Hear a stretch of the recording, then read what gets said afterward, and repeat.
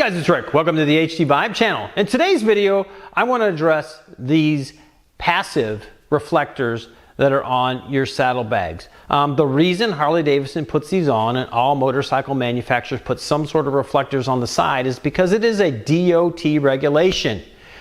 And what I want to do today is show you a solution to make these even more visible. And we'll get into it right after this.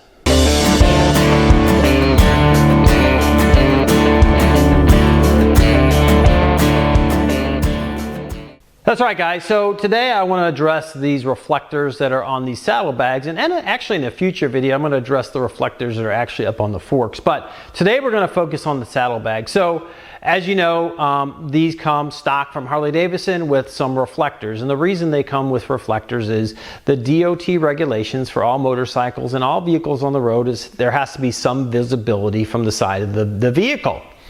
Unfortunately, these reflectors only really work at night. So during the day, you don't have much visibility. These don't really do much for you. So what I want to do in today's video is show you how to install these latch lights from Custom Dynamics. So essentially taking these sort of passive reflectors to active lighting that will give you lighting and run, brake, and turn. In this case, I actually went with the red lens so that it looks as stock as possible on the 2021 CVO Street Glide. These will actually run and brake in red, and then the turn signals will actually illuminate, as well as your four-ways, in amber. Now the other cool thing about this is that these actually will also operate with the magic strobe that I have on here, so you will get the strobing effect when you brake. So again, just adding more visibility to the side of this bike so that people can see you from all angles when you're going down the road. So let's get started on this pretty simple install, and I will tell you it might look scary, but I actually have to drill a hole in this bag, but it's not that bad, and I'll show you how to do that step by step. So the first step is we need to remove these two screws, and these are T25 screws. This will release this Harley Davidson sort of strap that holds the saddlebag up, and let us get to the actual latch itself. So now that I've gotten this off, now this reveals the three screws that are holding the latch actually onto the outside of the saddlebag. And what I'll do now, again, it's a T25, so you just need this T25 for this portion. I'll just take these three out, and then that will allow me to remove the actual latch. Okay, so now that I've got the three bolts off, and I just can pull this latch completely off, and as you can see, it reveals the reflector that's on there. So now I'm ready to start actually working on removing this reflector, and I'll show you. Okay, so this is the actual template. I'm not sure if the camera's picking it up, but I think you can see it right there. It's a little plastic template, and you kind of line it up so it matches the shape of this inner part of the latch. And then what you want to do is just kind of mark this. Obviously these are dark black colors, so I'm not sure how well this is going to show up, but I'm going to try to use an orange Sharpie here to mark the hole where I need to drill. Kind of shows up, probably not going to see in the camera, but it's a really dark color. So now what I'll do is I'll actually drill this out. Yes, I'm going to be drilling the latch on the CVO in order to do this installation, but it's actually a two-part process. As I said, we'll drill an initial hole a little bit smaller, and I'll get you the exact size, and so that we can pry this out. Slow and steady wins on this one, so just nice and easy. I'm using the 1/4-inch bit to drill through this, and then I will stop as soon as I feel it hit the reflector on the other side. So I'm going to take my screwdriver and begin to just press into that hole that I just drilled to get this reflector pried out. So the other tool that you might use, you don't have to have one of these, but it's one of these plastic pry tools. These are used for cars. I actually happen to have a set of them. So I'm going to push this reflector up, get this pry tool up underneath there, and then I should be able to, without scratching again this latch, begin to pry this up. And I haven't yet used any heat on this, but I may have to, but we'll see as we go through. Okay, so I've gotten this pretty well cleaned up. I mean, honestly guys, this is probably the worst part of this entire installation, is just getting this sticky stuff off of here. I mean, maybe it would help if you heated this up. It might come off a little easier. On the other side, I might try that, but I mean, that's certainly an option. The only thing you have to be careful of is that you just don't bubble this paint, get it too hot. So I would say a hair dryer, a heat gun might be too much. But so now what I need to do is actually drill this hole out a bit bigger. That is actually, again, we did a 1/4, and now we need to do a 3/8 hole and essentially make it big enough so that the wiring for the actual light itself will fit through that hole. So I got my 3/8 bit on here, and so now I'm just going to drill this out. 3/8 bit on there, nice and easy. Just to open that hole up just a little bit more.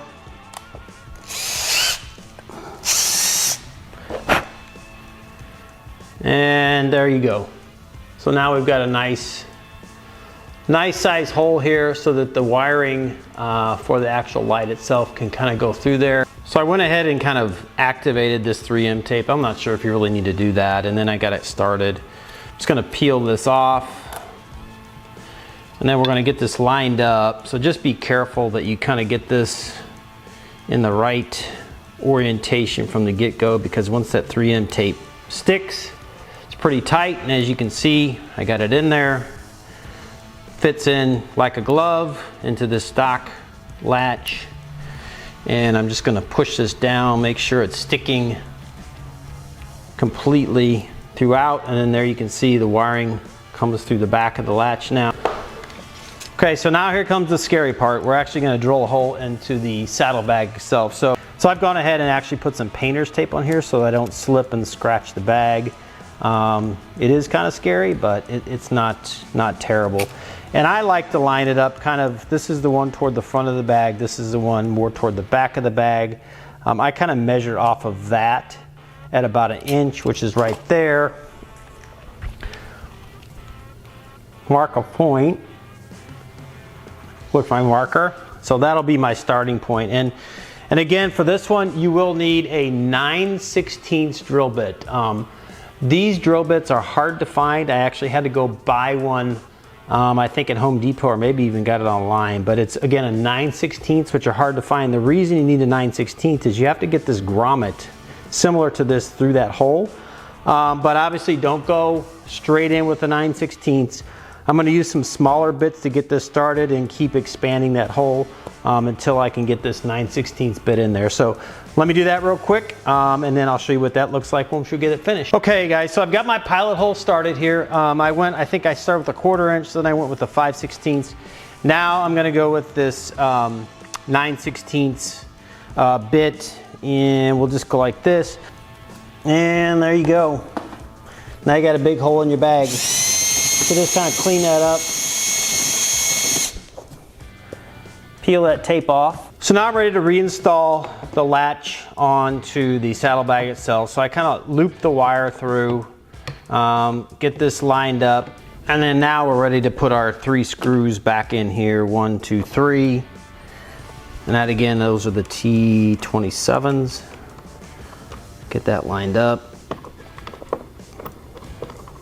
And there you have it. We've got the latch back on the outside of the bag.